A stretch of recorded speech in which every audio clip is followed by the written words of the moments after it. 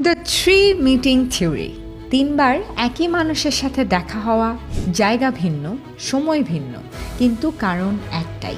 এই থিওরি অনুযায়ী একই মানুষের সাথে আমাদের পুরো জীবনে তিনবার দেখা হয়। প্রথমবার সে শুধু একটা মুখ, আপনি তাকে ছুঁয়ে না দেখেই পাশ কাটিয়ে চলে যান।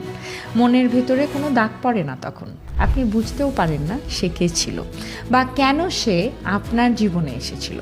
দিনের ভিড়ে, জীবনের তাড়ায় এক মুহূর্তের জন্য আপনি তাকে অনুভব করেন, তারপর ভুলেও যান। দ্বিতীয়বার দেখায় যেটা হয়, ওই একই মুখে তখন একটা আলাদা আলো থাকে। আবার আপনি চান তার কাছে যেতে, তার সাথে কথা বলতে, তাকে বুঝতে, কিন্তু সময় তখনও খুব কম। জীবন আপনাদের টেনে নিয়ে যায় ভিন্ন ভিন্ন মোড়ে, কারণ হয়তো আপনারা কেউই তখন প্রস্তুত ছিলেন না।